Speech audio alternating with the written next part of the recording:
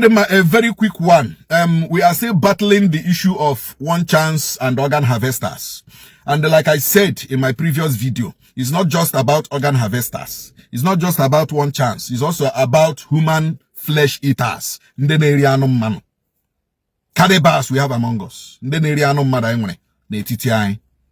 that area, no matter how the poor man, on the big man, or harigano mother. On the big man, and they on a convoy. Ndana ba moto line up of win. Most of them they mado. These big men, Rochoru Relu, when the companies went and IMO, apotane to her okome omemboji, this and that. I wouldn't die in the area no matter who poor man or kage. Yes, who poor man or kage in the area no matter on the big men in the area no matter. And then the medical doctors are also part of this. This is an organized crime. I'm telling you, this is an organized crime.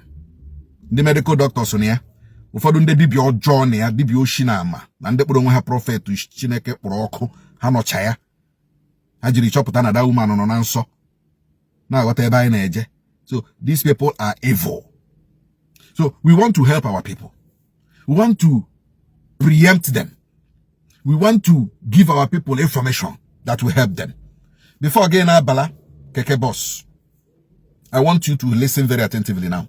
Because some of the voice note to fair record, and I wanted to say that in letter. But let me say it now. Before again, Bala, Keke Boss, don't just enter womb. Don't just enter Keke Boss womb. Be very mindful of your security. Be highly mindful of your security. Stop pressing phone while waiting for bus or motor. Stop pressing phone while waiting for car. Stop pressing phone while waiting for commercial vehicle. Stop pressing phone. And even when you enter inside that bus, stop pressing phone. Take your phone inside your car. Concentrate.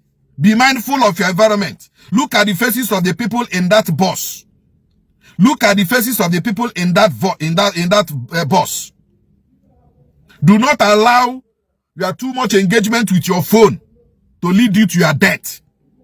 Do not allow your too much engagement with your phone to lead you to your death. Concentrate when you enter Keke Bus. Once you enter a Keke Bus, concentrate. Always ask God for a discerning spirit. When you are going out every morning in Owerri, in Imo State, pray that God will open your eyes. God, please open my eyes. Let me know the evil Keke Bus drivers and the evil Keke Bus occupants. If you don't have your private car in Owerri, pray that God will open your eyes. I know why I am saying this. I know why I am saying this. I have been an advocate of this, asking our people to be careful, exposing the evils of these organ harvesters in Imo State. And I want our people to be very careful.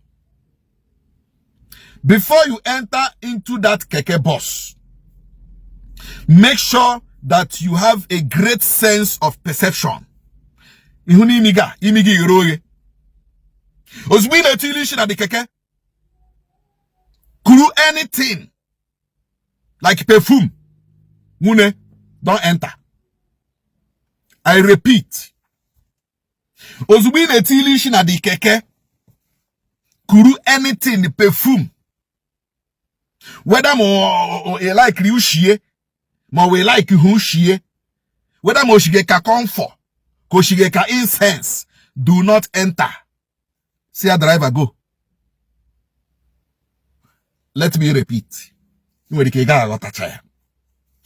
Ozugbo de tilishi before gi webo okwo gi. Because all we shigi ge booze oba before gi we little okwo ba na Keke Bus. Gi kuru anything perfume.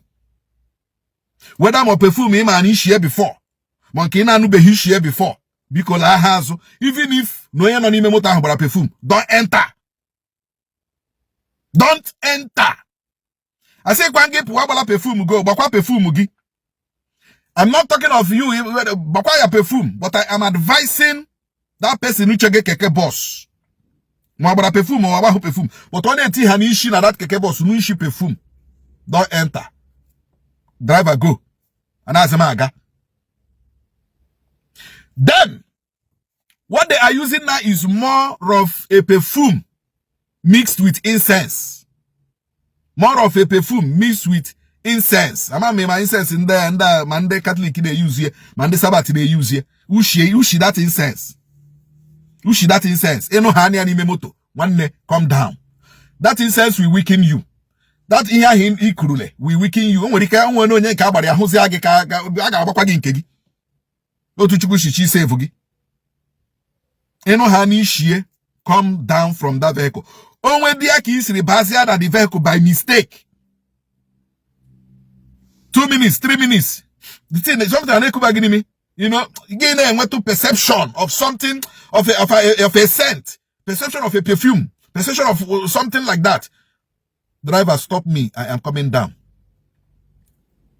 Because Igbo, you will slip off.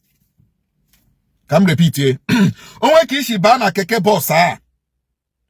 Maybe abato give you ushi. Ina agota chaho. As a human being, you want to get feedback. Give the nation here. Maybe Nimo Bigo.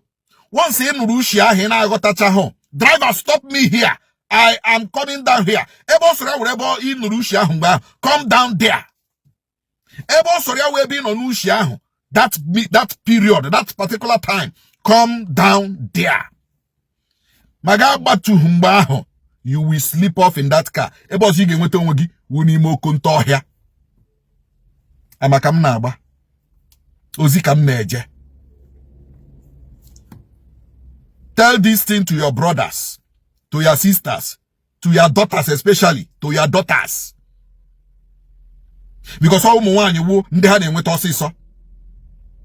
Tell these things to your mothers, to your sisters, to your daughters. So. Once you know him down, please come down from that keke boss. Chineka azolagi. Chineka azolagi. In honor this state.